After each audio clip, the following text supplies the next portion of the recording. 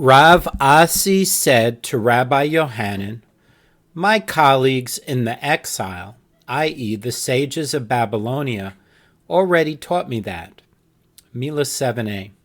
One renders an offering pigul by having an intention at the time of sprinkling to later sacrifice its sacrificial portions after the proper time, even with regard to sacrificial portions that were already lost and with regard to sacrificial portions that were already burned. The Gemara analyzes this statement. But sacrificial portions that are lost or burned are not present in the world, i.e., they are not available. And even so it is taught that one renders an offering pigul by an intention to consume it after its appointed time.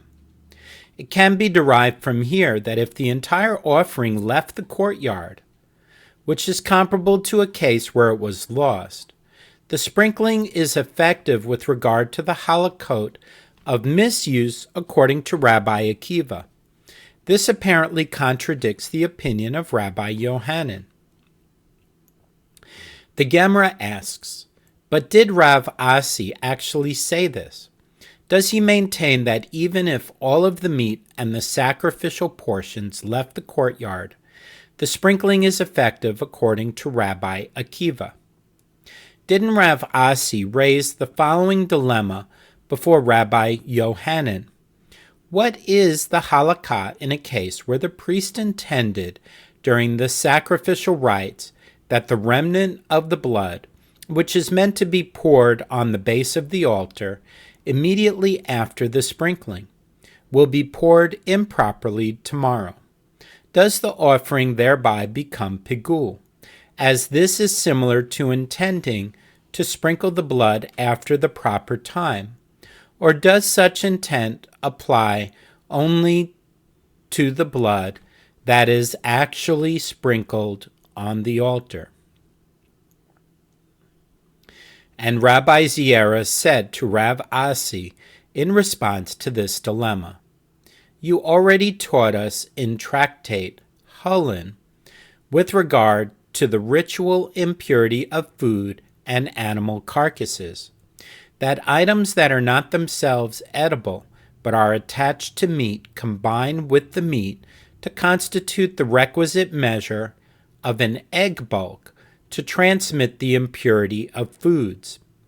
One instance of this principle is the meat residue attached to the hide after flaying, which combines with the meat to transmit the impurity of foods. Despite the fact that it is not considered food and does not transmit impurity of foods on its own, evidently this meat residue, since it has no substance and significance in and of itself, it is not susceptible to impurity." The Gemara explains the contradiction.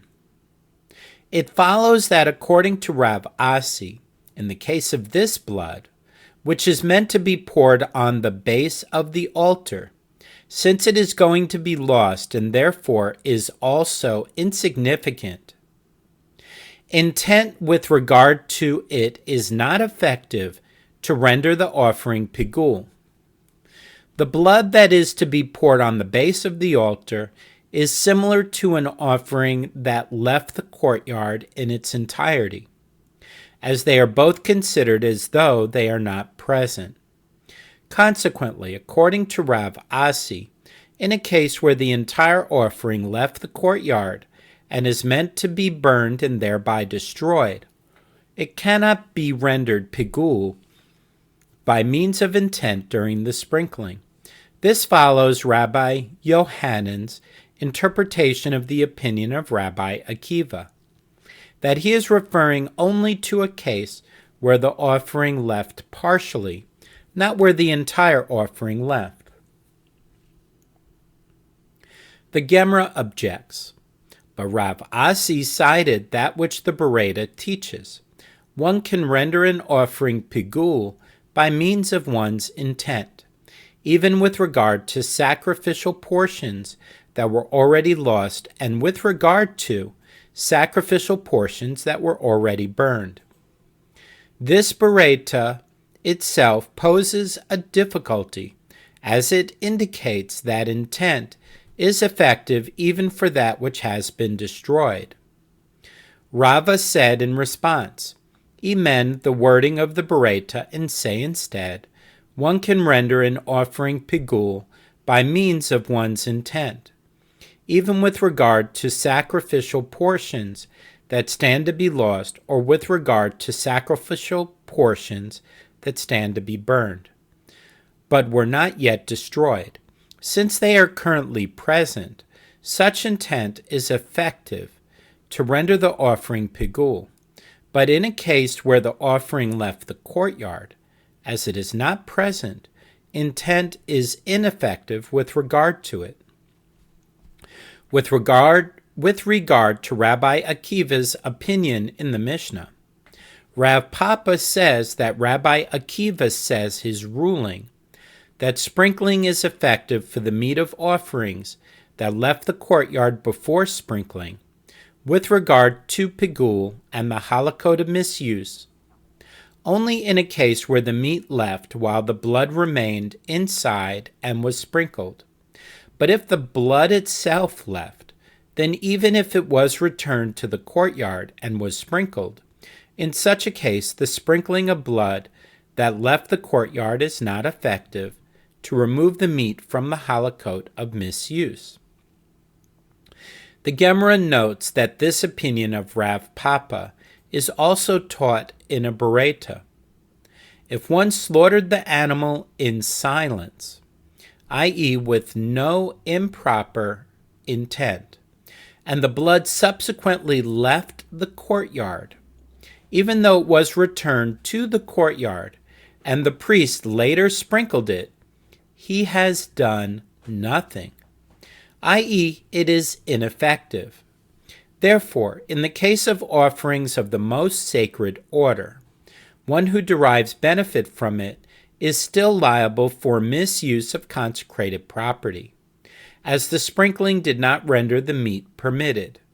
Likewise, in the case of offerings of lesser sanctity, the sprinkling does not render the sacrificial portions subject to the halakot of misuse, and therefore one who derives benefit from it is not liable for misuse, as is the case before the sprinkling. The Gemara continues to analyze the opinion of Rabbi Akiva. Rabbi Akiva said, in support of his opinion, to what is this case, where the meat left before the blood was sprinkled, comparable? To the case of one who designated an animal as his sin offering and it was lost, and he designated another animal in its stead, and thereafter the first sin offering was found, and both of them stand fit for sacrifice. From the fact that the second, unfit offering is exempted by means of the sprinkling of the blood of the first, fit offering, it may be inferred that the meat of an offering is exempted from the halakot of misuse by the sprinkling of its own blood, despite the fact that the meat left the courtyard. Rabbi Eliezer says, when Rabbi Akiva says his opinion that the sprinkling of the blood of one of the offerings exempts the other from the halakot of misuse, that applies specifically in a situation where the two offerings were slaughtered at the same time, i.e., by two priests simultaneously, as in such a case they are considered like a single body. But in a case where the two offerings were slaughtered, one after the other, Rabbi Akiva did not say that the sprinkling of one exempts the other from the halakot of misuse. This is because when the first offering was slaughtered, the other became unfit as a leftover sin offering. Since there was no point at which its meat was permitted to be consumed by the priests, it was not exempted from the holocaust of misuse. The Gemara cites a relevant Bereta. It is taught in a Bereta that Rabbi Shimon said, "When I went to the village of Pani, a certain old man found me and said to me, 'Is it so that Rabbi Akiva would say that sprinkling is effective for the meat of offerings that left the courtyard and were thereby rendered unfit with regard to the holocaust of misuse?' I said to him, 'Yes.' And when I came and presented this matter that the old man said before my colleagues in Galilee, they said, agreeing with his skepticism, 'How could Rabbi Akiva have said that, since the meat that left the courtyard is unfit? How can the sprinkling effect acceptance for that which is unfit?' But when I left their presence and presented this matter before Rabbi Akiva, he said, 'And you, my son, do you not say so, that sprinkling is effective even with regard to that which is unfit? But in the case of one who designated an animal as his sin offering, and it was lost, and he designated another animal in its stead, and thereafter the first sin offering was found, and both of them stand fit for sacrifice, he may sacrifice either animal, thereby rendering the other unfit, and yet both are subject to the holocaust of misuse. This is due to the fact that these offerings remain consecrated to God, and therefore one who derives benefit from them is liable for misuse. Likewise, if one slaughtered them both, and their blood is placed in cups, and the blood of one of them will be sprinkled on the altar, both of them are subject to the holocaust of misuse.